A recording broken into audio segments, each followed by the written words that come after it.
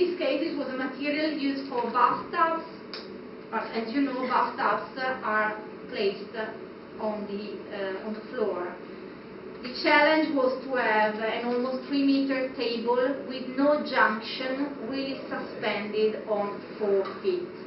So yes, imagine the bathtub upside down. So no, okay. But the key reason of the success of B&B Italia, I think it's really in the Art and Design Center. We have a dedicated building in the company. So when you will visit the company, you will see you enter from the Renzo Piano office building. Then there is a catwalk. You have the factory on the right-hand side. On the left-hand side, we have a dedicated building where specialists work. Specialists means roughly 40 people which are working on new projects and all what is related to the new projects. Also means not only new products and the development of new products, but also communication, display, store display, exhibition, because not only to conceive a new product, but also how to present it, how to launch it on the market, how to promote it once it is on the market. This costs lots of energy and money to the company. We roughly invest 3% of the turnover yearly, but it is a strategic key asset for us. It's on 3 floors. We also have our photo studio downstairs. We have a sort of smaller laboratory inside the company where designer normally comes and discuss new projects. And we also have a showroom with the offices of people like me which work in this area. We have collaborated with a number of international designers, but we give them a special brief. It's not only to come to us with the idea of a new chair or with a new sofa. The idea is to come and define and develop and discuss together the idea of a new project, respecting what is the philosophy of B&B, as the same DNA I told you before. And if I have to add a couple of adjectives in terms of style, we are timeless, we are elegant, we are minimal. No frills for us. So the challenge with them is to take the best of their creativity, turn their ideas into a project that in 1 year, 2 years time must be still interpreting new evolution, because this is our goal, to interpret new evolution in the living environment, but to have these new products dialoguing one each other, one from Citterio, the other from Patricio Urquiola. We will see a number of living environments where different products coming from different hands are consistent and deliver the same image, that is the image of the company. These are some pictures. Of course, Max Alto, as I told you before, has been evolving, but I can show you when we will have our tour in the store. In 2007, we started our outdoor collection, collaborating. We started before with Patricio Urquiola, and then we have been working with Jean-Marie Massot, with Antonio Citterio, and we also have some products in the window to look at. This is not important. We have, in beginning of year 2000, we realized that the company has been doing a great job in terms of product, of communication, creating a certain expectation into people. But we realized that the presence of the market was not of enough quality. So we started at the beginning of 2000 to open our monobrand store. You are in the monobrand in Milan. We have an amazing one in London in architecture of Tom Poulsen. We opened last year one in Paris. We have a number of monobrand stores. It's not important to keep in mind how many, but why.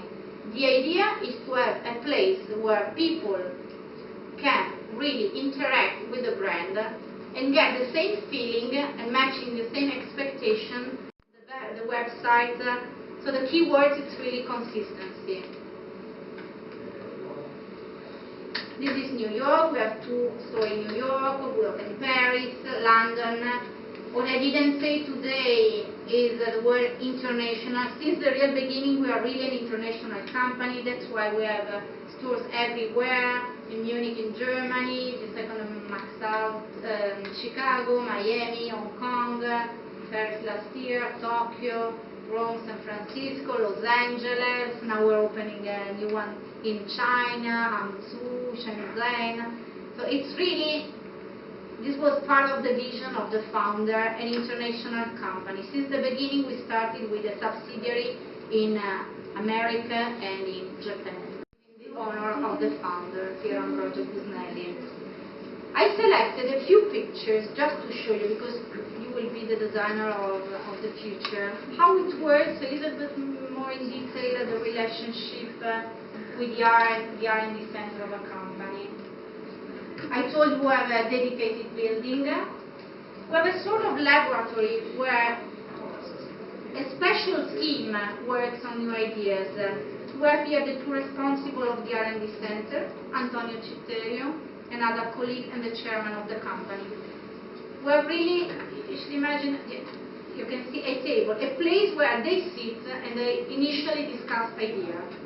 They are exactly in the heart of the R&D center, means that we are able there, I told you before, I explained, it's a sort of small factory in the factory. We're able to manufacture everything from a chair to a wardrobe, everything.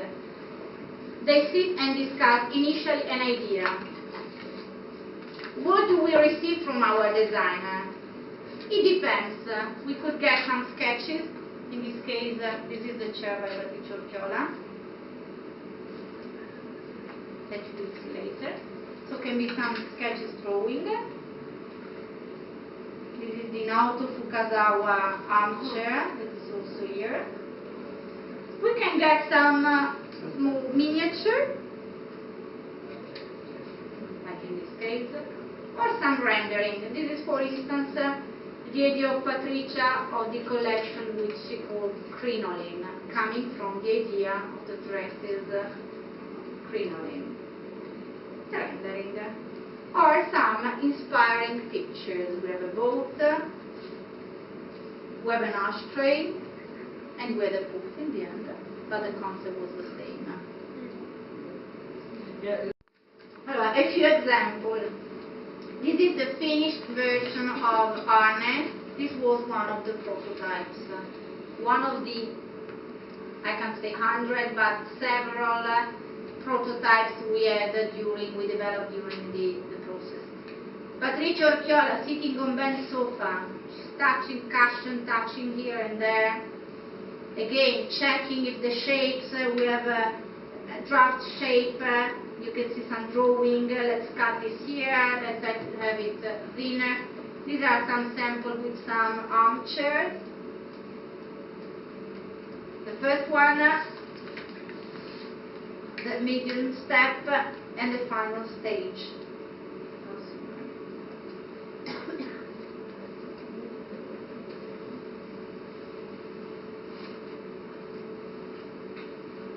Each project has its own story, and I selected a few pictures to show you. This is the inspiration. I would like you to have a look at it. This is the inspirational picture Patrizio Orchiola took in Bali, which gave origin to the Canasta outdoor range. You will see the final version. I don't know what you think of it, but when I got this picture, I realized that she's really a genius, because I would never have taken a picture like this, having my holidays in Bali. So probably she's really the okay. From the basket, from the fruit basket, to an attempt of interlace, to a more sophisticated interlace that is in a way imitating the Vienna straw, so more complex and articulated. Again, Patricia cutting, so she's really involved a lot in the process of the prototype. She's not just delivering a drawing and then come back, I like, I dislike. No, let me see. So we say that normally a product is the result, normally as a mother and a father. the mother or the father is a designer and the other one is a company. It's really a combination of ideas, know-how, more often coming from the company, and we together create a product. Then they had to go to the Philippines. So these are products that we will see. Prototype versus, sit down, do you mind? Okay. Prototype versus final product. I also have a very good example. Allora, this is the Grande Papilio armchair, and have a look, this was the initial proposal by Naoto Fukazawa. This is to say that, of course, as I said before, we have to spend energy in considering that this was a starting point and this is the final. This is to say that companies, and that's why designers coming from abroad also find good partnership with Italian company, because we also have the know-how to transform the idea, a good idea, into a beautiful product. But I think that it's really a self-explaining example. In the end, the product was something really extremely different from the original ideas. This is another example with the David Chipperfield armchair, starting from here with a metal leg, metal frame, then a frame, and then totally upholstered. This is the initial idea with the Canasta armchair by Patricia, and this is the final version. This is another example with the Arni sofa. This is one of the prototypes, and this is the final version.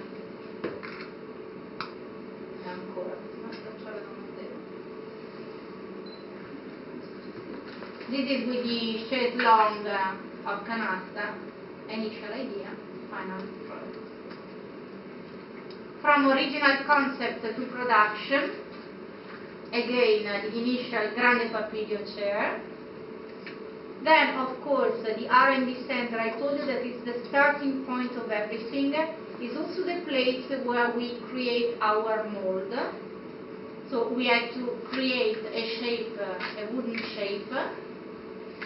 Different tests, different sizes. This is not the final version.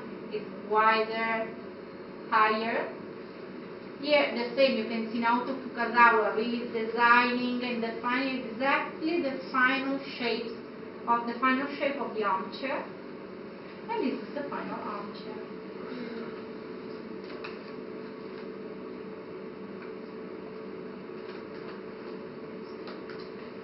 Why a laboratory in the R&D center? Because design is research, because we operate in a multidisciplinary field, because you can get the best out of our production technology. Material and technology are constantly evolving, absolutely. Important to keep the know-how inside and constantly upgrading. And last, we have to be able to modify the prototype in real time during the meeting with architects. But this is the way to make proper research, and not just to say we are innovative.